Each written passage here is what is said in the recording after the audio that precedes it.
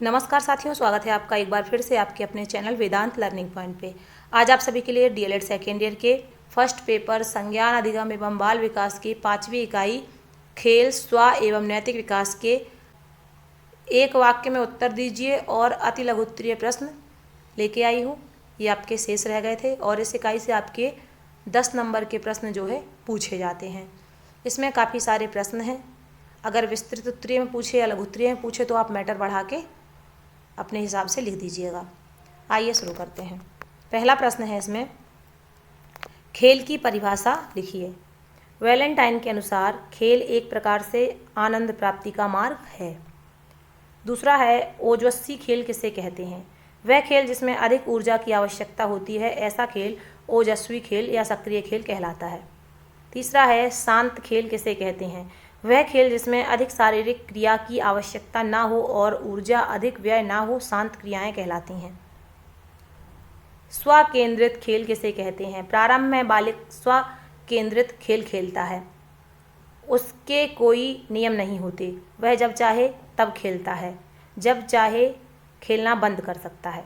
ऐसे खेल स्वकेंद्रित खेल होते हैं। बालक के नैतिक विकास की कोहल वर्ग ने कितनी अवस्थाएं बताई हैं? बालक के नैतिक विकास की कोहल वर्ग ने 6 अवस्थाएं बताई हैं। बालक के सर्वाधिक नैतिक विकास की कौन सी अवस्था है?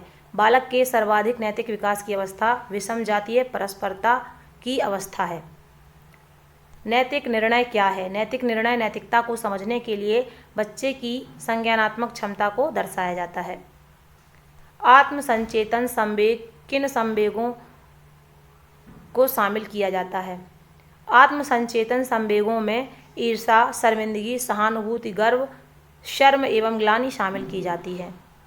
कोहल वर्ग सिद्धांत किस पर आधारित है? कोहल वर्ग का सिद्धांत लिंग भेद पर आधारित है। व्यक्तित्व की परिभाषा दीजिए। वुड्सवर्थ के अनुसार व्यक्तित्व व्यक्ति के व्यवहार की एक समस्त विशेषता है। नैतिकता की परिभाषा दीजिए। हरलॉक के अनुसार सामाजिक समूह नैतिक कोड के अनुरूप व्यवहार ही नैतिकता है। क्रैस्मर ने व्यक्तित्व के कितने प्रकार बताए हैं? क्रैस्मर ने शरीर रचना के आधार पर व्यक्तित्व के 4 प्रकार बताए हैं। देखिए कौन कौन से बताए हैं। पहला है तुंदिल अर्थात गोल मटोल पिकनिक टाइप। दूसरा है पुष्टकाय अर्थात सौष्ठव शरीर से युक्त एथलेटिक टाइप।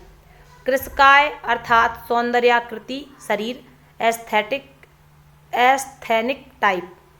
नम्य अर्थात मिश्रित शरीर वाले डिस्प्लास्टिक टाइप। खेल का कोई एक उद्देश्य लिखिए। खेल का उद्देश्य मानसिक क्षमताओं का विकास करना है।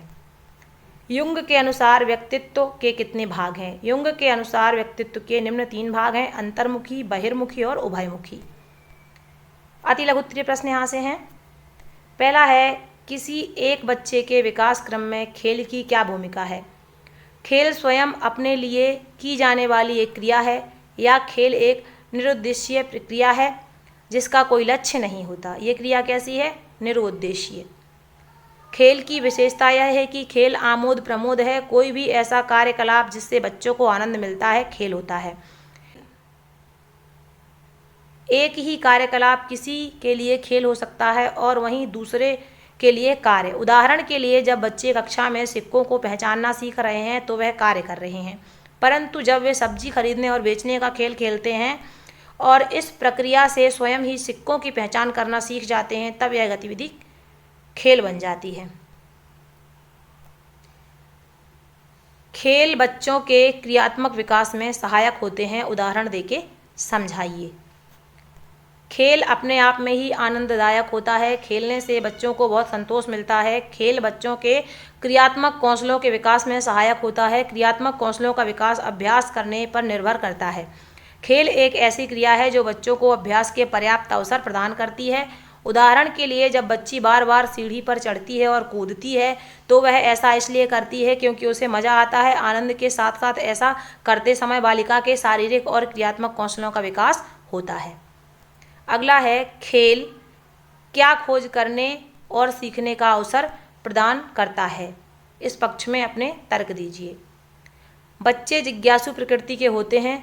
खेलते हुए बच्चों को वस्तुएं छूने, उन्हें ध्यान से देखने और आसपास के वातावरण की छानबीन करने का मौका मिलता है और इससे उन्हें अपने मन में उठते हुए अनेक प्रश्नों के उत्तर मिलते हैं। खेल क्रियाओं के माध्यम से वे आम घटनाओं के घटित होने के कारण भी समझने लगते हैं। बच्चों को इच्छानुसार खेलने के अवसर से हम उनकी सीखने में मदद करते हैं। खेल बच्चों को खोज करने और उनके द्वारा स्वयं सीखने का अवसर देता है। खोज का अर्थ घटनाओं और वस्तुओं के बारे में स्वयं पता लगाना होता है। ओजस्वी खेल एक शांत खेल में अंतर स्पष्ट कीजिए। ओजस्वी खेल बच्चे भागने, कूदने और उछलने वाले खेल खेलना पसंद करते हैं, अर्थात वह खेल जिनमें अधिक ऊर्जा की आवश्यकता होती है। ऐसे खेल ओजस्वी या सक्रिय खेल कहलाते हैं। शांत खेल वे खेल जिनमें अधिक शारीरिक क्रिया की आवश्यकता ना होकर अधिक ऊर्जा व्यय ना हो, शांत खेल क्रियाएं कहलाती हैं। उदाहरण के लिए चौक से लिखना, चित्र बनाना, मिट्टी के खिलौने बनाना, पत्थरों से मीनार बनाना इत्यादि। स्पर्धा से क्या लाभ है? स्पर्धा से लाभ किसी के लिए एक संपत्ति हो सकता है। जिस प्रकार किसी व्यापारी का व्यापार प्रतिस्पर्धा के कारण अधिक हो सकता है, ग्राहकों को बेहतर और अधिक से अधिक मूल्य द्वारा वस्तुएं प्राप्त हो सकती हैं, उसी प्रकार स्पर्धा के द्वारा बालकों में खेल का विकास होता है। खेल को और अधिक विकसित करने हेतु स्पर्धा किया जाना आवश्यक है। स्पर्धा के द्वारा बालकों का शारीरिक, संवेगात्मक तथा सामाजिक विकास किया जा सकता है। स्पर्धा के द्वारा बालकों को विद्या अर्जन के क्षेत्र में भी आगे बढ़ाया जाता है। स्पर्धा द्वारा बच्चे अपने आप को श्रेष्ठ साबित करने के लिए और कड़ी मेहनत करते हैं। स्वानुभूति की अवधारणा क्या है?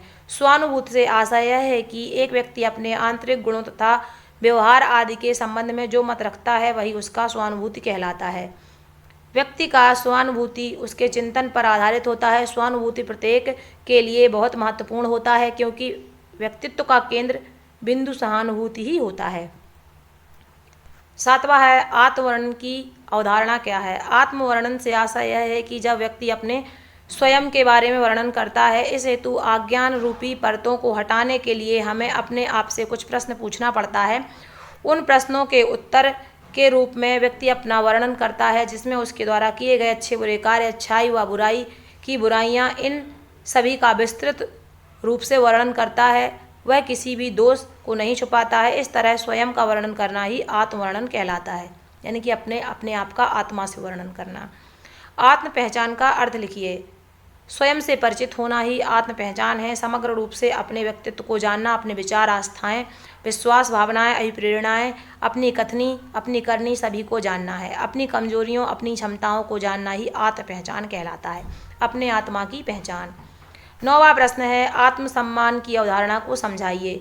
व्यक्ति स्वयं की योग्यताओं का जो स्वमूल्यांकन करता है उसे आत्मसम्मान कहते हैं। इस अवधारणा का प्रतिपादन अब्राहम मैस्लो ने अपने मानव आवश्यकताओं का अनुक्रम नामक सिद्धांत में किया था। आत्मसम्मान संबंधी आवश्यकताओं में मात्र भोजन, आवास ही नहीं, उपलब्धियां और सम्मान भी सम्मिलित होते हैं। प्रत्येक स्वाभिमानी व्यक्ति यह चाहता है कि लोग उसे जानें, पहचानें, पसंद करें और सम्मान करें। यह एक मानसिक अवस्था है। उच्च स्वाभिमान होने का अर्थ आत्मविश्वास, योग्यता और सकारात्मक दृष्टिकोण, व्यक्ति के पालन पोषण का तरीका, माता पिता की अभिवृत्तियों तथा जीवन अनुभव स्वाभिमान को तय करता है। व्यक्तित्व की कोई एक परिभाषा देकर उसकी 4 विशेषताएं लिखिए। व्यक्तित्व की परिभाषा। वुडवर्थ के अनुसार व्यक्ति का संपूर्ण व्यवहार ही व्यक्तित्व कहलाता है। प्रमुख विशेषताएं हैं गतिशील प्रक्रिया, मनोदैहिक गुणों का संगठन है, वंशानुक्रम व वातावरण का प्रभाव पड़ता है, यह आंतरिक बाह्य गुणों का मिला जुला स्वरूप है, इसमें विभिन्न गुणों का एकीकरण होता है, कभी कभी व्यक्तियों के व्यक्तित्व समान नहीं होते हैं। अगर ये प्रश्न आपसे विस्तृत उत्तरीय में भी पूछ ले तो आप बढ़ा के थोड़ा सा लिख दीजिएगा। प्रश्न नंबर 11 है नैतिकता का अर्थ स्पष्ट कीजिए। नैतिकता का अर्थ मोरल शब्द मोरेस से बना हुआ है, जिसका अर्थ प्रथाएं, लोक रीतियाँ या शिष्टाचार से है। इसी शब्द से मोरलिटी बना है, जिसका अर्थ है नैतिकता। समाज के नियमों, मान्यताओं, अपेक्षाओं के अनुरूप संपन्न किया गया आचरण ही नैतिक व्यवहार है। नैतिकता का संप्रत्यय वस्तुतः एक सापेक्ष संप्रत्यय है और समाज एवं संस्कृति के संबंध में ही इसकी व्याख्या की जाती है। नैतिक व्यवहार जन्मजात नहीं बल्कि वह सामाजिक परिवेश में अर्जित किया जाता है। नैतिक व्यवहार का विकास बालक के सामाजिकरण का एक महत्वपूर्ण लक्ष्य माना जाता है। बच्चा नमूनों उदाहरणों का अनुकरण करके ही नैतिक व्यवहार सीखता है।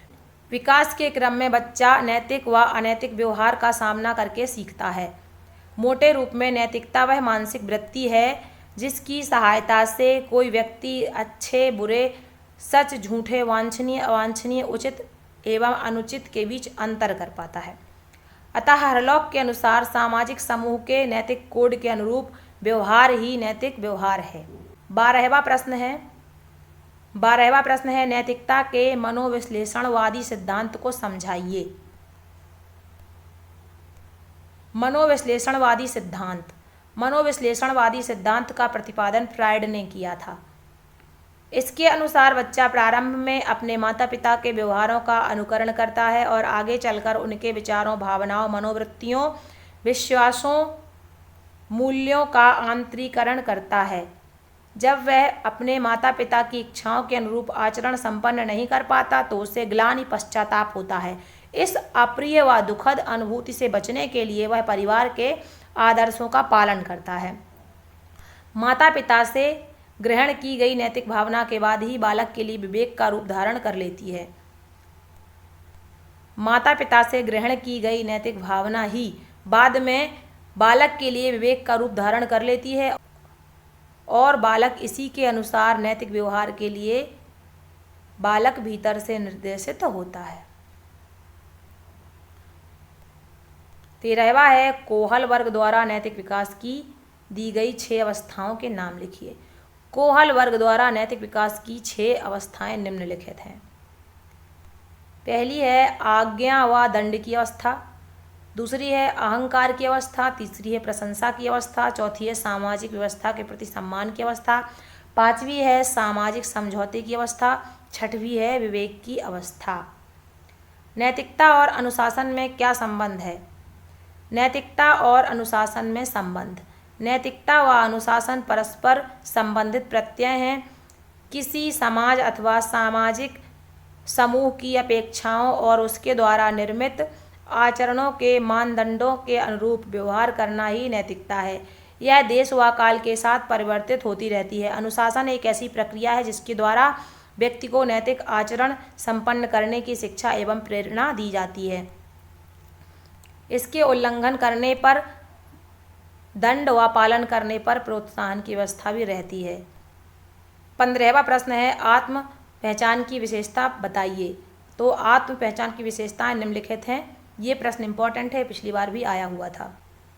पहली है मनोवैज्ञानिक प्रक्रिया, दूसरी आंतरिक चित्रण की प्रक्रिया, तीसरी स्थायी ज्ञान की प्रक्रिया, चौथी भूतकाल के अनुभवों की प्रक्रिया, पांचवी वर्तमान अनुभवों की प्रक्रिया, छठवीं भविष्य की संभावनाओं की प्रक्रिया, एक संज्ञानात्मक प्रक्रिया और आठवीं है एक सामाजिक प्रक्रिया।